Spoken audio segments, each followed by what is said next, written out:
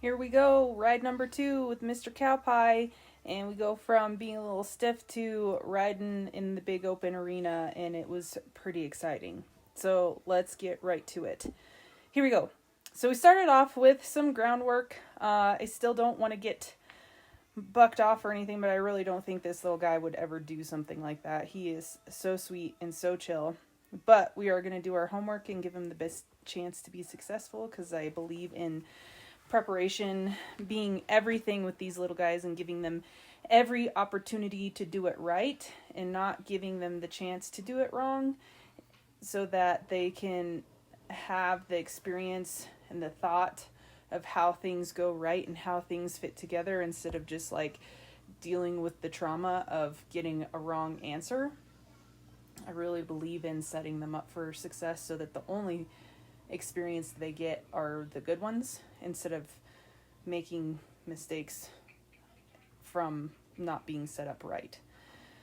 So I'm starting out with some bitting up here because I do want to work with that snaffle bit. Before this video started, I did lunge him a little bit and he was being pretty stiff and pulling. And so on a horse that is having a hard time figuring out like where the boundary is on that lead rope and where to keep slack and all of that, and you just feel like they're constantly pulling on you, you can see here in this video how I put the lead rope behind my back and I'm pivoting on one foot, and this is so that he can figure out where that release is. I'm using that flag to help keep him going because the swinging of the rope wasn't enough for him. And when I bit him up, you can see there's the inside rein is just enough to get a little bend in their body, just to get the corner of their eye, and that outside rein is going to be slack, so that they can learn how to give and how to bend their body with an inside direct rein, and I'll be using that later on when I ride him. And as he's going around here, what I'm looking for is him to put a little slack in that inside rein, so there's a little droop in the rein, and for him to be walking forward. Every time I drive him forward, he wants to swing his butt out, face me, and try to evade, walking forward and bending around. And you can see, like right there, he was trying to shove his shoulder into me to get away from it. So he is trying to go through all the doors except for the one that is going forward and use your body. And right here, I'm sticking the flag right at his rib cage where my leg would be if I was riding him, to get him to bend around. And here, he didn't want to bend around. He wanted to evade. So I'm just going to hold still and keep the pressure moving forward and wait on him to drive through that rein. That flag is acting how my leg would act if I were trying to soften a rib cage and get a horse to bend around my leg. Okay, there I saw a pretty good little change for him, so I'm going to let him rest and relax, and I believe I changed sides. It's been a while since I recorded this video to now when I'm doing the voiceover. So yeah, it looks like we're going to change sides here. So when I change sides, I do a slack on the rein I was just using, and then I'll tie around the other rein. I just put a couple little half hitches over the saddle horn there, and then here I think I tried to show you what I'm doing on how I tie things. I put it through the D-ring here. I like starting low, but then I want to start working up to where my hands would be naturally. And you can see there, I got it to where if his neck is straight, I take the slack out, and then I just put a little tug just to where the corner of his eyes would be. I don't want to bend him all the way around because this is the first time doing it, and if I tried to bend him all the way around, he would get in a jam. We just want a little bit. Okay, I'm going to reward him for standing still and being soft there, and we're just going to give him a couple little reminders of what it means to be soft with that bit, because he hasn't used the bit much yet. But it's the same feel as I did in the first video with the hackamore, where I just want to touch and have him follow my hand. I don't need to completely flex him. All I need is just a little bit softness here. So then when I go and tie this off on the D-ring, what I do is like a granny knot with a slip in it, so that if I need to just pull on the tail, I can yank it loose. And then we're going to go right back to lunging our circles here. And I'm going to stand still and let him figure out where that release is walking forward. Okay, so here, same thing, trying to run me over with that shoulder. So I'm just going to stick that leg, or it would be a leg if I was on top of him, but I'm going to use the flag like a leg to hold him out on his circle and encourage him to move forward. That's the same thing that my leg would be doing. I'm going to help him find that open door with my hand, but we're going to keep the same length between me and him. And then I'm going to just try to pivot in one spot so that he can really find out where that boundary is, because he's just so pulley. I mean, these draft horses, that's what they do. They're bred to pull. So I'm trying to counteract some of that natural instinct of him to pull on things and teach him how to be soft. So same situation, we're just going to have him go around until he learns how to walk forward quietly, not fighting the bit and not trying to evade by swinging his hip out or diving his shoulder in. It's going to be a constant. That's what they do. They just oh, can I put my hip in and not try? Nope. Okay, can I put my hip out and not try? Oh, okay, can I put my shoulder in and not try? Nope. Okay, can I put my shoulder out and not try? And eventually they find that the going forward with some softness and a bend in the rib cage is the easiest thing to do.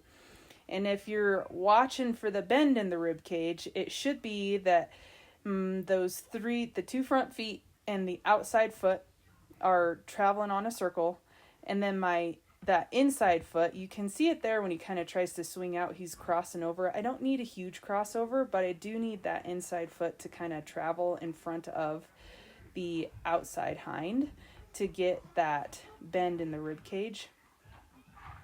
Okay, and he's still fooling around with the bit. We're going to give him a chance to kind of just settle in and learn where that feel is, and kind of watch him here. He's chomping a lot, and that's pretty normal.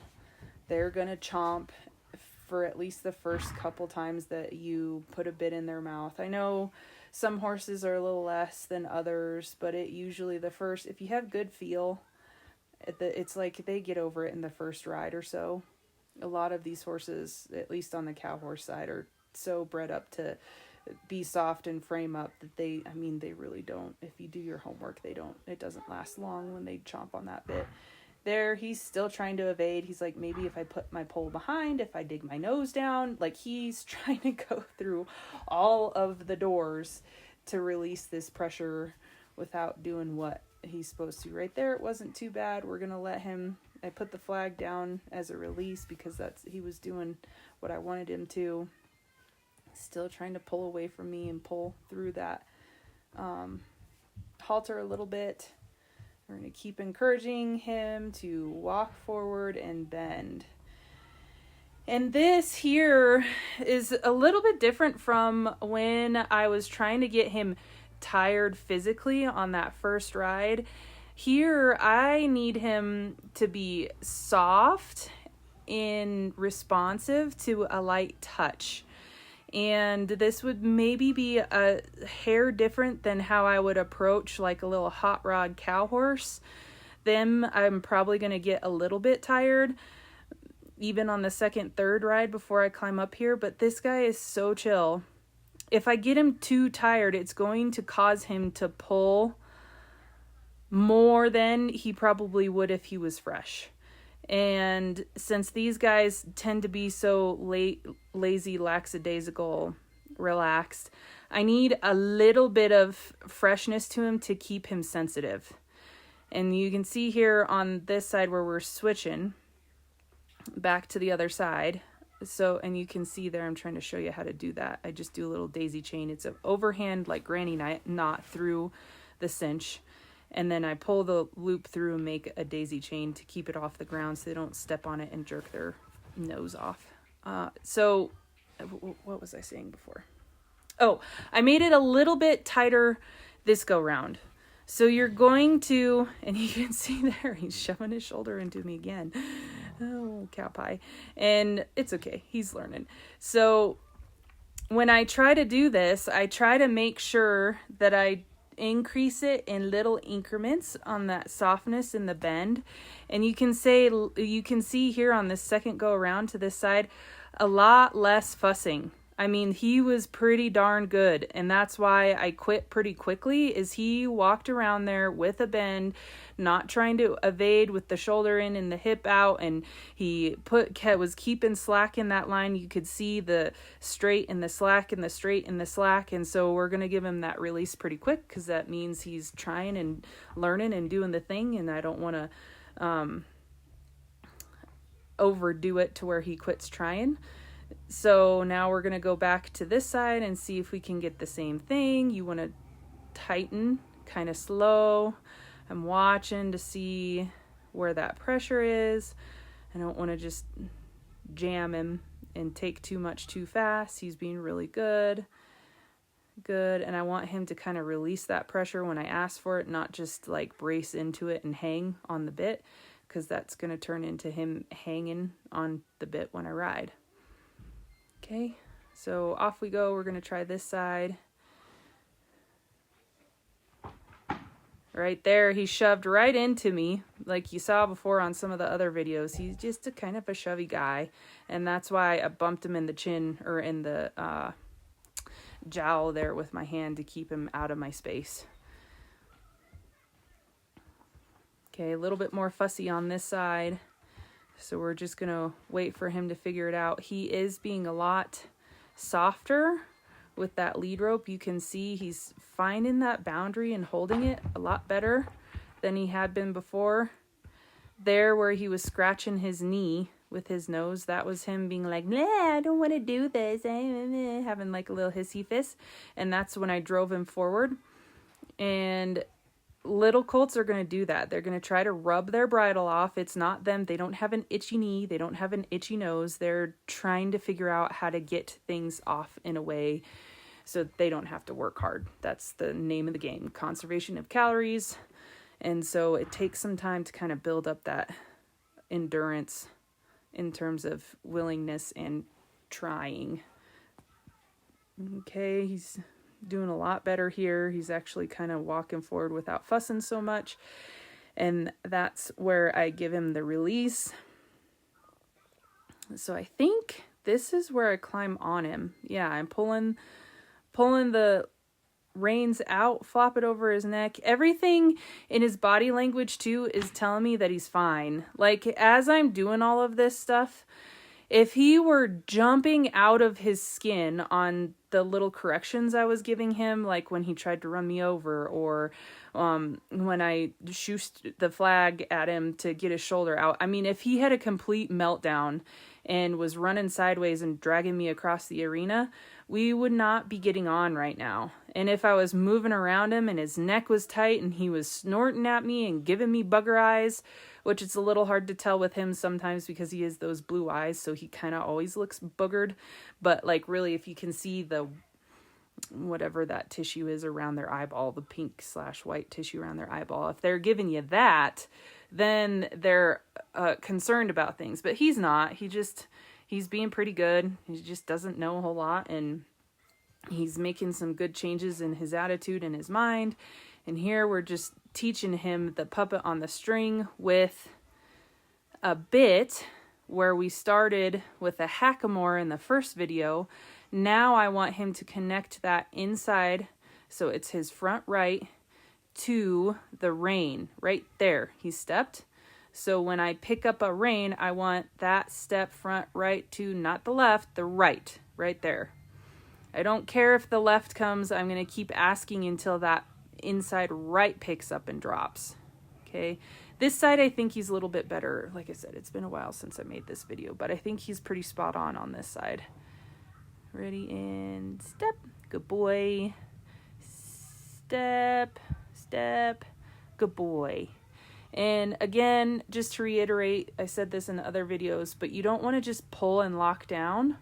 Like even here, you can see my hand there. I'm like flexing that bit and like tapping it rather than just locking down, because that sensation of tap is like more like motivating to them than it is if you were to just brace and lock, and especially on these horses that are bred to pull. When they're cold-blooded, they will hang on you all day. I mean, any horse would, or can learn to just hang on a bit if you just lock down. But especially these cold-blooded ones, they will learn to lock down if you just hold that bit in one spot. Okay. So then he was taking some steps back. That's important because that's going to turn into my stop. I just wanted to make sure that he had that and knew what that was with the bit on, even though we've practiced it with the halter and everything else. A couple half hitches to put my lead rope up. I get up here and I realize that my reins are on the ground. He's going to step on a rein and I don't need any safety hazards. So you can see here, I'm showing you, just put a little granny knot, little overhand knot in the end of your rein, and that will shorten your rein enough on these little shorty horses to where it's not. And I even tested out there. You can drape it over his neck and it's not going to touch the ground. And we're going to do it on this side too. A couple little granny knots just to keep him from tripping over those reins. Okay, ready, round 2. Up and on. Good boy. Not being careful about the way I get on because who knows how his next family is going to be about that. And I just want him to be okay with it. So, like always, we're going to put one hand on the horn to protect myself. And then we're going to ask him to walk off just like we always had, that puppet on a string. And there he took a few steps when I asked, but really I want that front inside left foot, since we're going to the left, to pick up and come right there was the good step. So then I'm just going to stop and relax. I want that front inside left foot puppet on a string feeling. So he moved, but I want that inside left foot there better.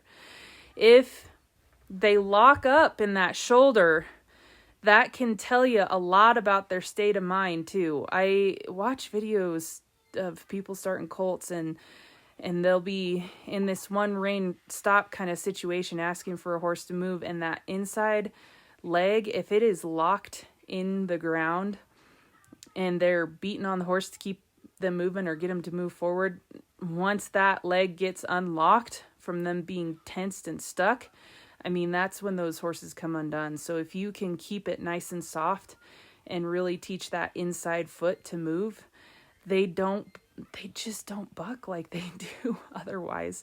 So he's doing really good here. He's walking around. He's staying nice and loose. He's lifting up that inside rein and foot. And I'm trying to get him back in frame here for you to see.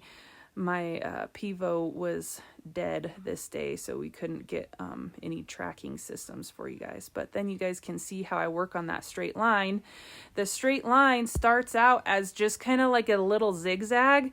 I'm going to ask for a left step, then a right step, then a left step, then a right step. And then eventually you can get to where they straighten out. And you can see here, now we're testing both sides. And I am using my legs the same way I would on a broke horse. Like if I want them to go to the right, I'm going to use my outside leg to kind of push them over. And I'm going to open up with my inside leg. And to get them moving, I'm using flat. So my toes are pointed towards the nose and I'm clapping on the side of that horse versus like toes out and spurring. If I had spurs on, that's how you get them to buck too, is if you toe out and spur. They'll buck on you.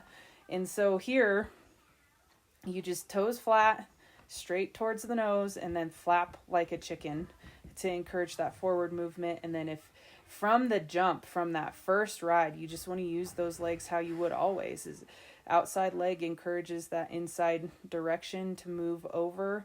And I'm not going to worry too much about the bend yet because he doesn't have that much knowledge, but I am, once he understands that outside leg moves him over, then we'll start adding that inside leg to break the rib cage and get him to bend.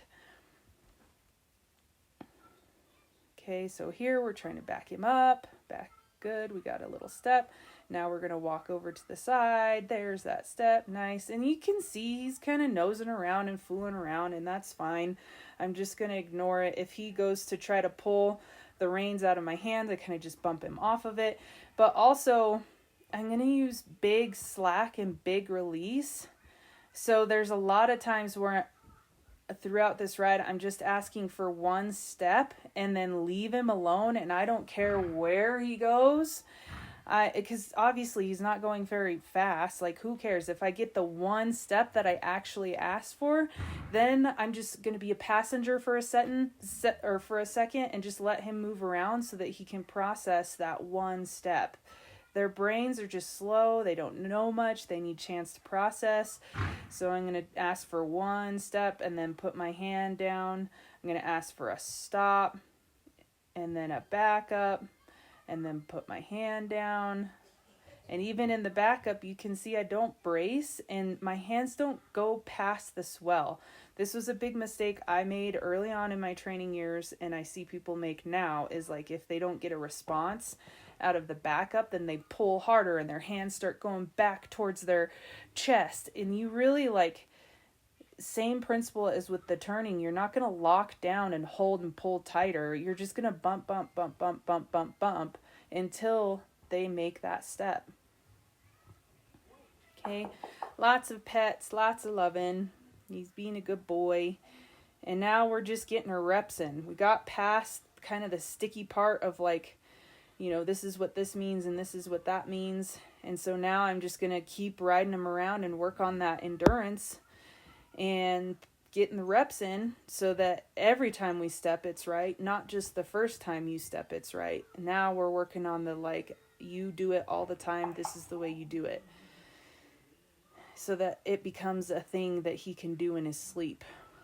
Not just like if he's set up right, then he'll do it once.